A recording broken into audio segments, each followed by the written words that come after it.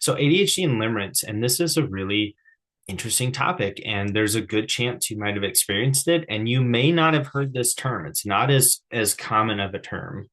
And so, yeah, we'll see. So my first question is, anybody heard of limerence? What limerence is, or and we pair it with infatuation. It's think of like a hyper, you know how we can get like hyper focused on certain topics. Like think of hyper focus, but on a person, like a romantic interest. That can be what limerence is, and we can be more prone to that. And so I want to read you. This is from Attitude Magazine. I'm going to read you here in a second some quotes from people who experience limerence, and then I'm going to talk about like signs of, but it's really like kind of obsessive infatuation. It might be confused with OCD sometimes, or hypervigilance, or hypersensitivity, or overthinking things. And so there's a lot of an overlap, but limerence is kind of hyper focus on a person. And so here's some quotes from this, and then we'll get into it. So here's some of the experience. I have often experienced limerence with people I have dated. They consume my thoughts. I would always think about them and imagine a future with them. And therapy has helped me take dating one step at a time and only focus on the information that's been presented to me, not what I make up. And someone else says that old hyper focus combined with the rush of feelings and sensations paired with a vintage rejection dysphoria, it makes for a heady, terrifying time. That was someone else. So someone else says, my crushes occupy a large portion of my thoughts and make it hard to concentrate. I've even experienced falling in love with someone I didn't like. Someone else says, like, can't get over people for like years. Right. So this could be an ex, a past lover from years and years ago. It could also, sometimes there's limerence like with a friend or a celebrity. That can also be a thing as well. And so because we're more prone to like a dopamine deficiency, right? And love can produce oxytocin, and it can also produce a lot of dopamine. And so if you have a deficiency, you're going to be more drawn to it. And somebody asked in the comments, can it be about a person who's lied to? Yes. So any neurodivergent person can experience limerence. We're also more prone to trauma bonding, which can kind of tie in, which I'll talk about as well. Limerence, yeah, it's really, again, like a hyper focus or hyper vigilance on a person in a lot of ways. It's pining for their love, their attention. It kind of becomes obsessive and disruptive. And so that could even maybe be like a parental figure, right? Or a boss or a supervisor. It can happen with anything. What happens is like, here's some signs is intrusive thinking about the limerent object. So often in terms of a form of compulsive daydreaming or replaying memories with them, acute longing for reciprocation. So we'll talk about this, but if somebody doesn't reciprocate that, it can get even worse. Experiencing emotional ups and downs depending on the limerence's actions with respect to the probability of them reciprocating or not. Reading too much into their actions with the probability of reciprocating, extreme fear of rejection by them, avoiding or downplaying negative attributes. So if you've ever been in a relationship that wasn't healthy or even abusive, let's say, and you overlook all of those things and you almost feel addicted to it, that could fall under limerence as well. And it's like you kind of, again, because that would threaten, think if you have this source of dopamine, right? You have the source and you're at a dopamine deficit, and here's this instant source of dopamine that you can think about at any time, and something else comes in the mix that's going to take that away. Your brain says, ooh, let's block that out. Oh, that person that said that abusive thing or downplayed my feelings or didn't have empathy for me or treated me poorly or cheated on me, whatever, let me downplay that, because if I don't, what happens is what's called cognitive, it's like cognitive dissonance, right? So here's this person that's this great source of dopamine, and then this other thing comes in, and it's like, oh my gosh, this person is not this person. So either I have to lose my dopamine source, or I have to push this away and somehow rationalize why that was okay that they did that, so I can keep this, right? And it's not just dopamine; like you also really care about the person in a lot of cases. So it can actually, if it goes unchecked, it can leave you in abusive relationships longer. So when you experience limerence in that sense, you want to do a couple things. It's intense, right? It's like a romantic fixation driven by dopamine and oftentimes uncertainty. So it's not necessarily the same as love, attachment, or compatibility. You can have both though.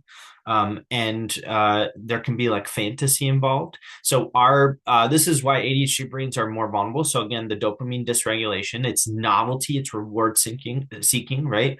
Hyper focus amplifies that fixation. Rejection sensitivity dysphoria intensifies perceived signals. You can read that. Impulsivity might increase a fast emotional investment. So you get close really fast. Time blindness. So you might not recognize it's only been a week or 2 weeks because of the way that we see time. So there might be rapid escalation without pacing. And then pattern seeking and meaning making, filling the gaps with assumptions. So there's a pattern, you're looking for the pattern, and you put meaning in those gaps and make assumptions instead of slowing the pace down. Because sometimes, right, we can have all or nothing thinking. So we want to say, is this it or not? Are they all good or are they all bad?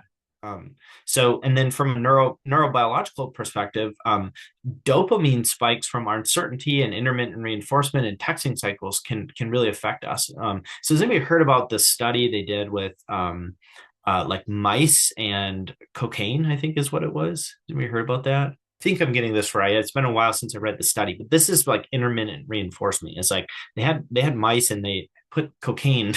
They gave them cocaine. I'm fairly positive about this.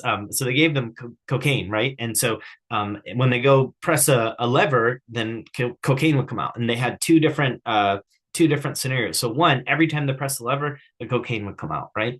The other one, when they press the lever, sometimes it would come out and sometimes it wouldn't. So sometimes the cocaine would come out and sometimes it wouldn't. So eventually the ones where it just came out every time, they were kind of over it and they didn't touch it.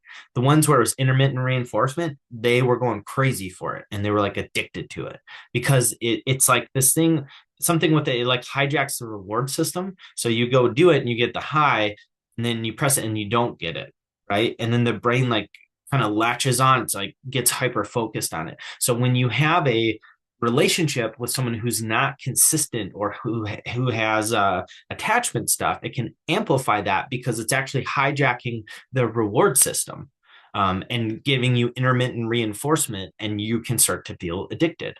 Then more neurobiology around this is norepinephrine increases our alertness and rumination. So if you're getting norepinephrine, you're going to have more rumination. And then low baseline dopamine in ADHD can make limerence feel stabilizing. So think of it, if you're historically have low dopamine and you don't have other things set up in your life, or you just have low dopamine, and all of a sudden someone comes into your life and all of a sudden you stabilize, and it's not because that's the love of your life, it's because your brain chemicals are getting enough dopamine to then do stuff that you wouldn't normally do, right? So it feels like, oh my gosh, this person, I can't be without them, right? I need to have them. And so that can create that effect as well, but it's really not because this is your soulmate, right? It could be, but it could be that it's just balancing out your brain chemicals, but there are other ways to do that, and it doesn't have to be them. And then similar pathways to like behavioral addiction loops, right? We can be more prone to substance use and addiction and things like that. So a couple patterns specifically with ADHD with limerence, because we're not the only ones that experience limerence, but with ADHD, there's key things. So one is idealizing someone early, or the early connection or the potential of it. So you might consistently think about the potential of the connection instead of like, oh, they're kind of disheveled and they showed up late, or they were kind of rude to the server, or, you kind of overlook, but you idealize the connection or the potential. Oh, they're just having a hard time right now, but I can see the good in them. Another one is overanalyzing messages, social media activity, response timing, right? If you're gauging how long somebody's taking to text you back, if you're screenshotting everything and putting it in ChatGPT and over and over again. I've coached some people that have reported some of that. I know that's normal in some of the Reddit forums that I read. If there's social media activity, you're reading into what does this post mean, or what does their story mean, and did they look at my story? Those are social media activities. Like, oh, they look happy with the new person. Emotional hyperfocus can replace other goals or routines. because you're getting, again, we're kind of at a deficit of dopamine. So here's this source. And so dopamine is the thing that makes you want to do stuff. And if this source of dopamine is stronger than going to work out or going to do your routines, your brain's going to have a hard time going against the grain and going for lower dopamine activities. Difficulty shifting attention even when red flags appear. So if there's red flags and you have trouble letting go, shifting your attention, because again, it's a chemical dependency almost. And then confusing nervous system activation with compatibility. So if you've heard like sparks, right? People talk about, oh, are there sparks? So as someone who's like worked with an attachment therapist and have a lot of friends who are therapists and done a lot of reading, I have one friend who's a therapist who, if there's sparks, they don't pursue it because it means their attachment system's getting activated, because that person, like, having sparks that soon for them is a red flag, because it's actually sometimes creating like a reaction in their nervous system, instead of like, they look for steady and calm. Like, how does your nervous system feel around them? It shouldn't be like super lit up and activated. It should feel really steady and like calm, and you shouldn't feel desperate, and you shouldn't be confused, and it should be clear. But a lot of times, especially with our movies, right, and like romance and things like that, it doesn't teach us what healthy love feels like. It's supposed to be this crazy thing that you chase after and you fight for, and things like that, when really you might be chasing someone who's emotionally unavailable. So here's the difference between limerence and healthy attraction. So limerence is fantasy driven, high anxiety and high certainty. Obsession grows when the contact is inconsistent. So it gets more, like, sometimes the worse or more distant they get, the more it grows. And your identity starts to narrow around the person.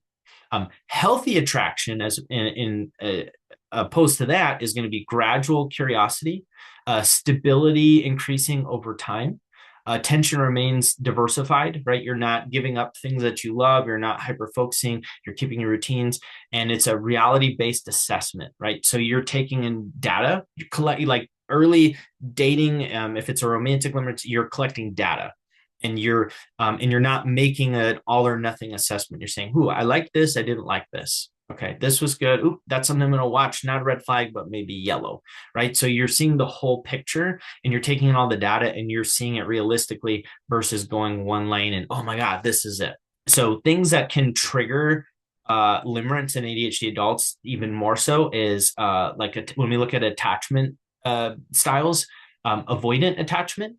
So that's something there's going to be a lot of space, and they're maybe not as emotionally available. It's going to feel like pressure. They're going to be a lot longer to define what the relationship is.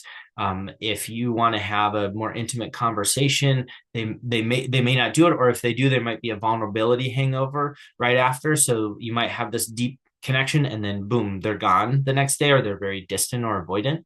And so avoidant or inconsistent partners. So a fearful avoidant attachment style, which means like they're anxious and avoidant, right? So they're scared of you leaving, but they're also scared of getting close. And so they might come really, really close and then go really far, really, really close and really far, and say, get really close. And the next day, I don't know if I can do this. And they go away for a week, and then they come back, and then, oh my gosh, I'm so sorry. Like, I love you. Let's do this. And then like a month later, it's too close, or a year later, it's too close. So that's going to perpetuate this intermittent reinforcement and start to hijack your reward system. Emotional ambiguity is also going to do. So if you're getting mixed signals, if the relationship is not defined, but it's well past the point where it should be, kind of keeping you in limbo. Long texting gaps, so nothing followed by warmth. So no texting, and then like a lot of warmth, and oh my gosh, they're back. Here it is. Here's this wonderful feeling. And then, oh, they're gone again, right? So your brain starts to wait for this high and this dopamine. Shared vulnerability early on. So with neurodivergence, especially with another neurodivergent person, we can overshare, right? Or we can skip the small talk. And sometimes, I mean, anybody can have boundaries if you haven't looked at that. So if you do have weaker boundaries, or the other person does, like getting really vulnerable really quickly can happen, because then where else is it going to go, right? And then there's like, it's not sustainable, and then it's like, oh my gosh, where did that go? I want that closeness. And then there's intermittent stress, loneliness, life transitions, maybe not feeling as steady or as stable, you're going to be more likely to want to escape into fantasy. So here's some signs it's getting like, and it's okay to have some of this, but here's some signs it's like, ooh, this is like kind of passing point. Like everybody's got a little limerence sometimes, like that's falling in love sometimes. But this is where it's like, ooh, okay, I need to do something about this. This isn't just like normal can't eat, can't sleep, I think I'm falling in love.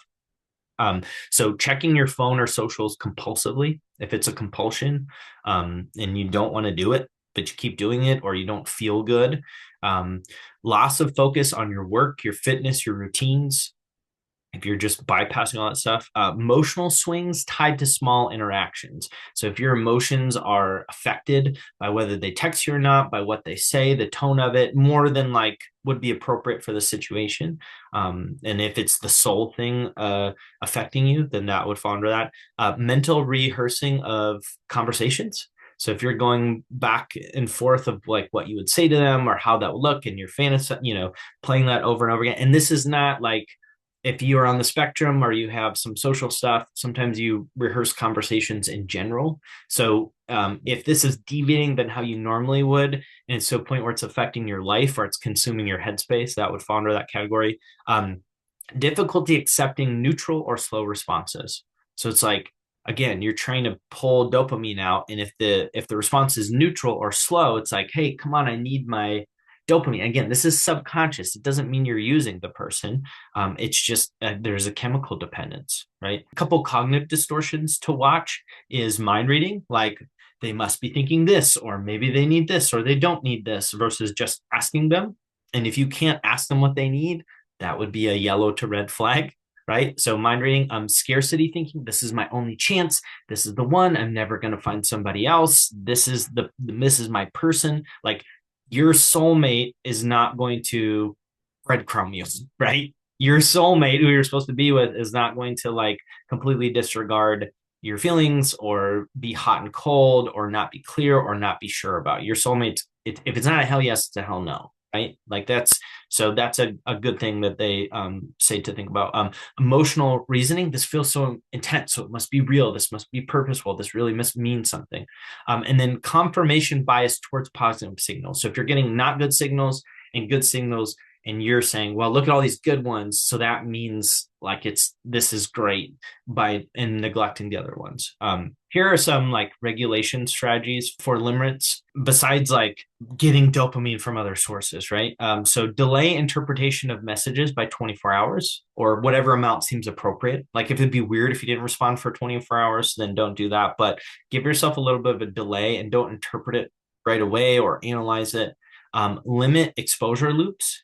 So don't go back and check socials. Don't go back and reread chats or texts or things like that. Schedule focus blocks immediately after interaction. So if you have an interaction, then go do something active so you're not ruminating on that. And then this is really big. Maintain multiple sources of dopamine, right? Exercise, your goals, hobbies, other connections, your special interests, making sure you're getting good sleep, you're eating, you're taking your meds or your supplements, like all of those things, because you're going to be more susceptible to this and trauma bonds, which essentially, if you think about intermittent reinforcement, trauma bond is really falls in that category.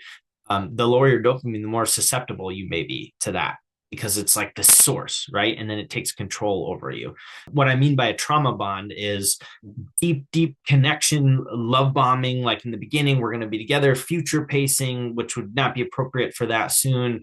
Like talking all the time. And then, and then all of a sudden there's like a shift, right? And they go cold and you're like, oh my gosh, where'd my person go? And then they start to breadcrumb you. So they give you a little bit of what that was when you do what they want. And this is typically a tactic, sometimes conscious, sometimes subconscious, by someone that's emotionally abusive, who might have narcissism or personality disorder that's not being treated, or someone with attachment issues, or someone just with trauma, right? That is not aware and struggles with empathy or how things affect people. So what that can do, it's you're recreating this like intermittent reinforcement, where when you chase or you do what they want or you give them control, then they give you a little bit of, oh my gosh, there's my person back. They do love me. Here's this connection. And then they pull back again. You say, oh my gosh. And so they train you to act how they want, and then they reward you with the dopamine. And essentially it's a trauma bond, and it's really hard to leave. And you're in that when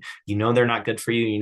They're not happy. You're not happy. You might be getting hurt, but you can't leave, and you don't know why. You don't know why you keep going back to that person over and over again. Why you keep thinking about them. Why can't you just walk away? And that could definitely be a trauma bond.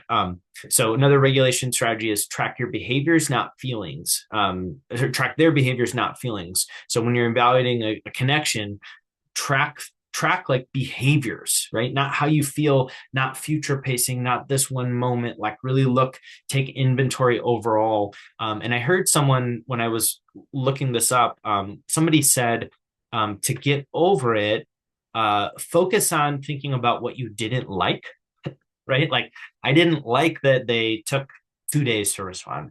I didn't like that they didn't consider me when they went to this party and didn't invite me.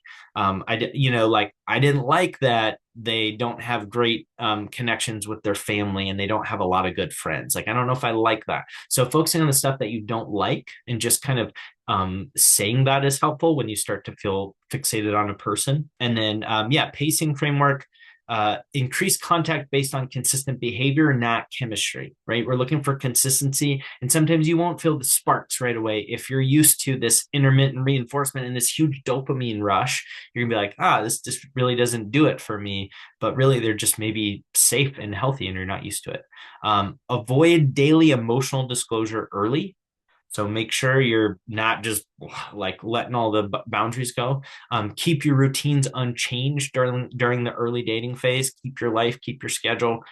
Use structured communication windows if hyper focus is strong. So even if it's a rule with yourself that you'll text on your first work break and at a certain time and once before bed versus all the time. Limerence versus trauma bond. And I want to reiterate that. So trauma bond is cycles of hurt and repair, right? So it's like, they start to become so with a trauma bond, right? They remove the dopamine and then you feel horrible because you're at a dopamine deficit. And then they come back and you feel better. And you start to associate this person with relief. It's not that that's your soulmate, you want to be with them. It's like when you're coming off a drug, right? And if you're detoxing off of heroin, then you stop taking heroin, you feel horrible, you feel sick, right? And you have to go through the withdrawal but you want heroin so bad because you take it. And I've never done heroin, but I've got friends and I've read about this, but you want it so bad. And then you finally take it and all of your sickness goes away because a lack of dopamine can cause pain in your body. Like it's really, you can feel sick or tired. There's literally a withdrawal period on a trauma bond.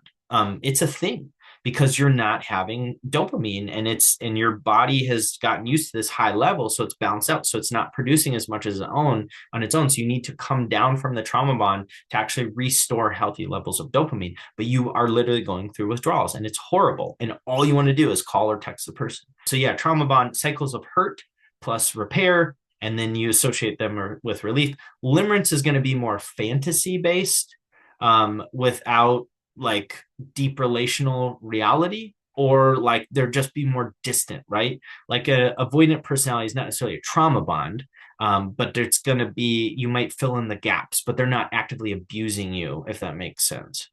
So both can coexist. You could have limerence and trauma bond with somebody as well. Understanding what limerence is really helpful, because if you don't, you think, oh my God, this is the love of my life. I've never felt like this about it. I'm in love. This is my person. I got to do whatever it takes. But when you understand, if it's limerence, you can say, oh, that's what's going on. Okay. There's not as much urgency here. You might still care about them, but they might be also giving me dopamine, and I want to get that from other sources and take that out of the equation and then see what's still here after that. Right. So again, ADHD doesn't cause limerence, but it can amplify it. Intensity and sparks don't mean compatibility or security or a safe person.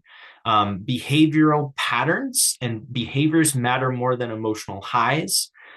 If you give it structure and you pace, you're going to reduce the chance of limerence and emotional volatility and slow things down. And then awareness, if you do have limerence for someone, it doesn't mean that you can't be with that person. You can totally pull it back and get that to a healthier, more sustainable thing. But you got to have the awareness, right? So you're not addicted to them.